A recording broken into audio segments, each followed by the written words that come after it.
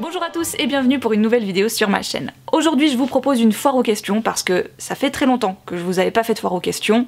Il y a plusieurs choses que j'aimerais aborder, des petits changements, des petits trucs bidules chouettes, et je me suis dit que la meilleure façon de le faire c'était d'en faire une FAQ parce que c'est un sujet que j'ai abordé l'autre soir en live sur Instagram.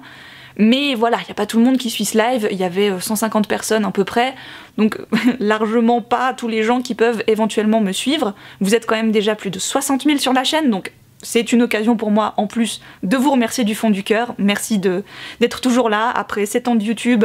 Je me suis posé pas mal de questions ces dernières semaines sur YouTube, sur le blog, sur les réseaux sociaux. J'avais besoin un petit peu de travailler tout ça, de le digérer, de réfléchir à plusieurs choses. Et maintenant que c'est réfléchi, voilà, j'avais envie de vous avertir, vous tenir un petit peu au courant de la suite de ce qui va se passer sur la chaîne. Rien de ouh là là, de dramatique, de radicalement différent. Je commence tout de suite avec la première question qui m'a été posée par Mini Liseuse qui me dit bonjour, quelle place selon toi tient Booktube aujourd'hui sur YouTube? Et toi ma belle, t'y retrouves-tu? Est-ce que le Booktube d'avant ne te manque pas un peu?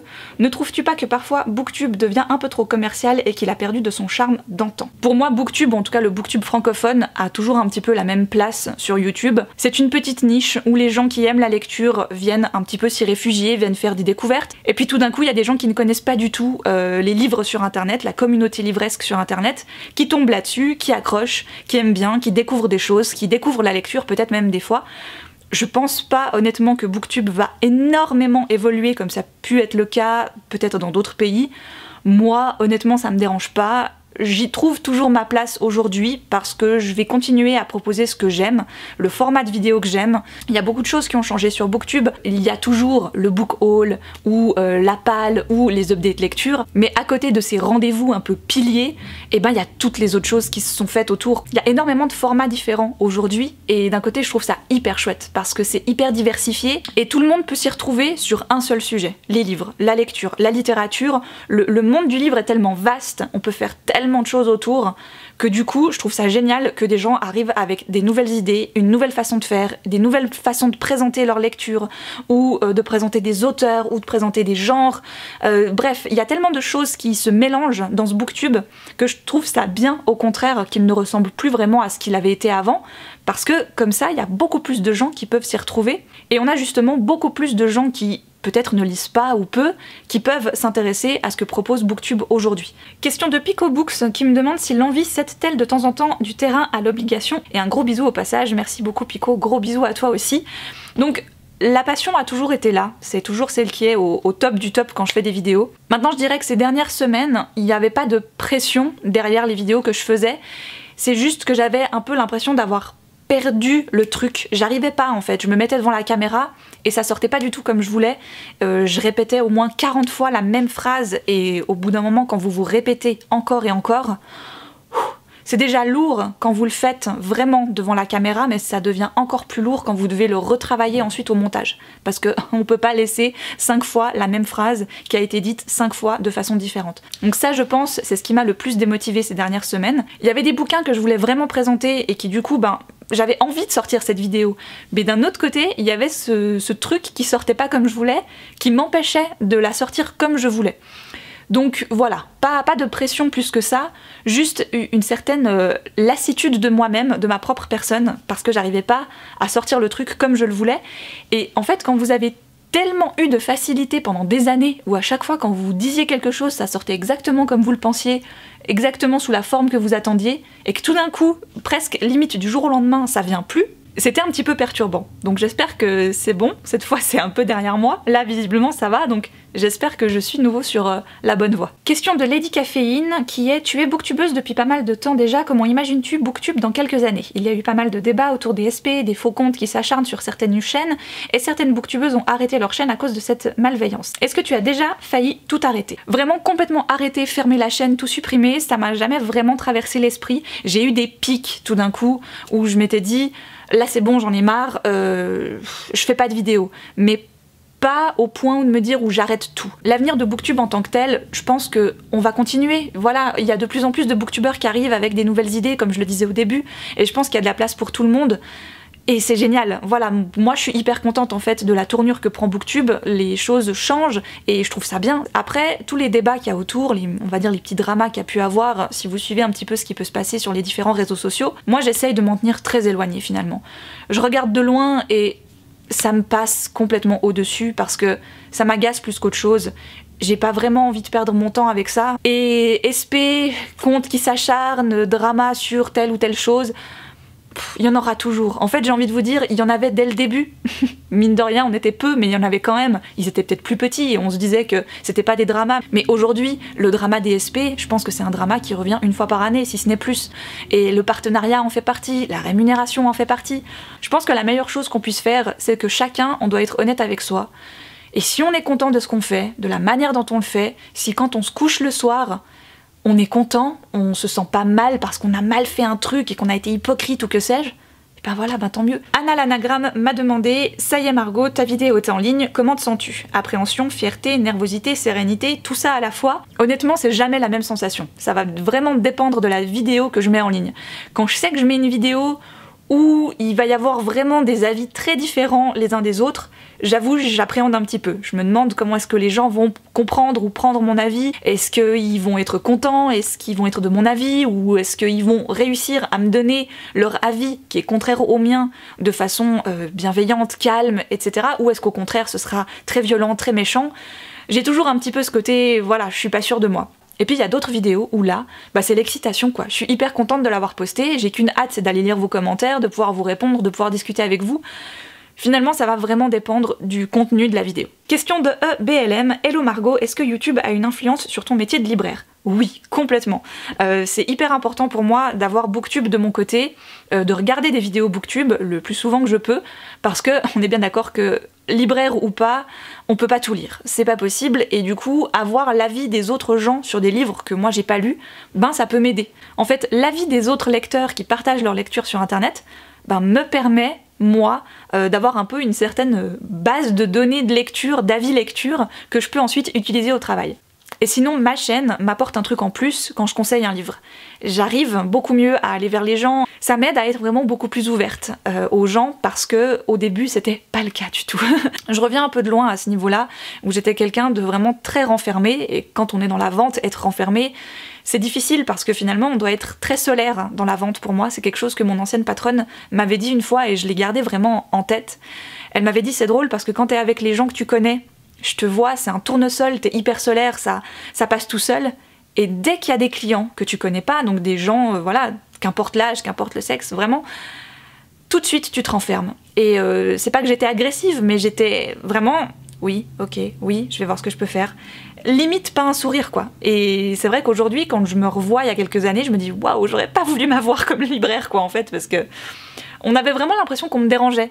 Et ça aujourd'hui, grâce à Booktube, et aussi je pense un petit peu grâce aux années, bah ça m'a aidé. La question de Marianne. Bonjour Margot, quelles sont tes impressions en voyant ta communauté s'agrandir? Est-ce que cela change ta manière de critiquer un livre, par exemple en peur de donner un avis trop politisé ou trop personnel? Je suis vraiment très touchée de voir que la communauté s'agrandit de jour en jour. C'est pas quelque chose qu'on imagine quand on commence. Il y a 7 ans, franchement, on n'était pas beaucoup.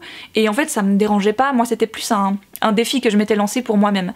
Et aujourd'hui, de voir que ce petit challenge perso s'est voilà, transformé et a un peu vraiment beaucoup transformé ma vie. Après, c'est sûr que c'est pas pareil de savoir qu'on a une chaîne à 60 000 abonnés où il y a pas les 60 000 personnes qui vont vous regarder, mais quand même de plus en plus, que quand on a atteint les premiers 1000 abonnés. Je pense clairement que dans ma tête, bah voilà, il y a eu une différence à un moment ou à un autre. J'ai toujours à cœur de vous donner mon avis, vraiment le mien à moi, très profondément.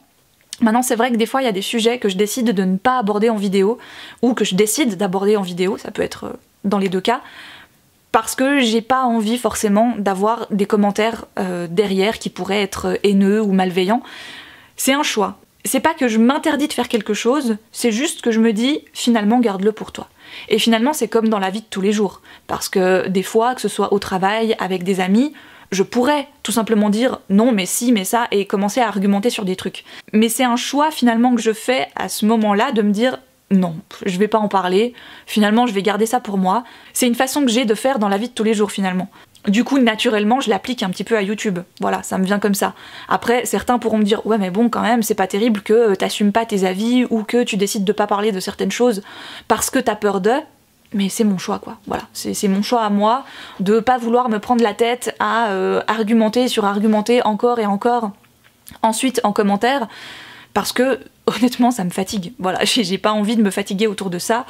Il y a des choses où j'ai un avis très précis et très tranché sur la question que j'aurais pas envie d'aborder, et puis peut-être que 3-4 jours plus tard, bah si, tout d'un coup j'aurais envie de l'aborder et je vais le faire. Voilà, c'est des choses auxquelles je pense pas forcément sur le coup. Je me dis tiens, je pourrais parler de ça, puis finalement le temps passe et je me dis bof, en fait non, finalement je vais peut-être pas en parler. Donc c'est assez variable, voilà, il n'y a pas de très bonne réponse à cette question, mais c'est assez variable.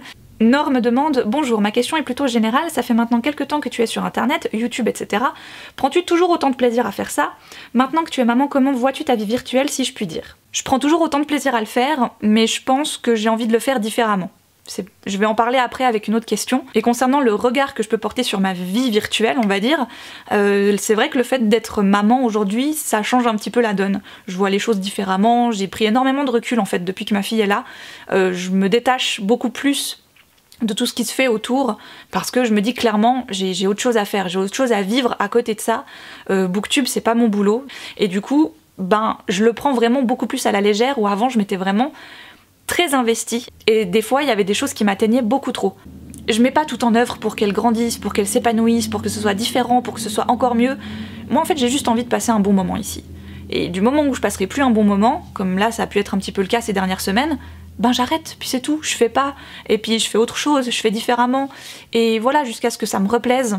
Du coup, on y arrive. Onofai me demande quels sont tes projets pour la chaîne. On aurait pu rajouter pour la chaîne, pour le blog, pour les réseaux sociaux, parce que tout ça va être très étroitement lié ces prochains temps, en tout cas jusqu'à nouvel ordre, on va dire. Sur la chaîne, aujourd'hui, je m'étais plus ou moins tenue depuis quelques mois à un rythme de une vidéo tous les jeudis à 16h. Pourquoi pas, c'était bien. Maintenant, peut-être que ça va rester comme ça, et peut-être que, ben, comme là ces dernières semaines, pendant 2 semaines, il n'y aura rien. Voilà. Et à ce moment-là, ce sera tout à fait normal, parce que juste, j'ai pas envie, il n'y a pas le sujet, il n'y a pas la motivation, il n'y a pas le temps. Sur la chaîne, aujourd'hui, il y a des choses que j'ai envie de faire différemment. Les updates lecture n'auront peut-être plus forcément la même régularité. J'ai peut-être plus forcément envie de vous parler des livres que j'ai moyennement aimés, alors qu'avant j'y mettais un point d'honneur. C'était très important pour moi de vous parler de toutes mes lectures, parce que Booktube c'était un peu mon journal de bord. Et j'avais envie que tous mes avis soient répertoriés sur Booktube. Aujourd'hui, depuis quelques temps là, j'ai plus envie.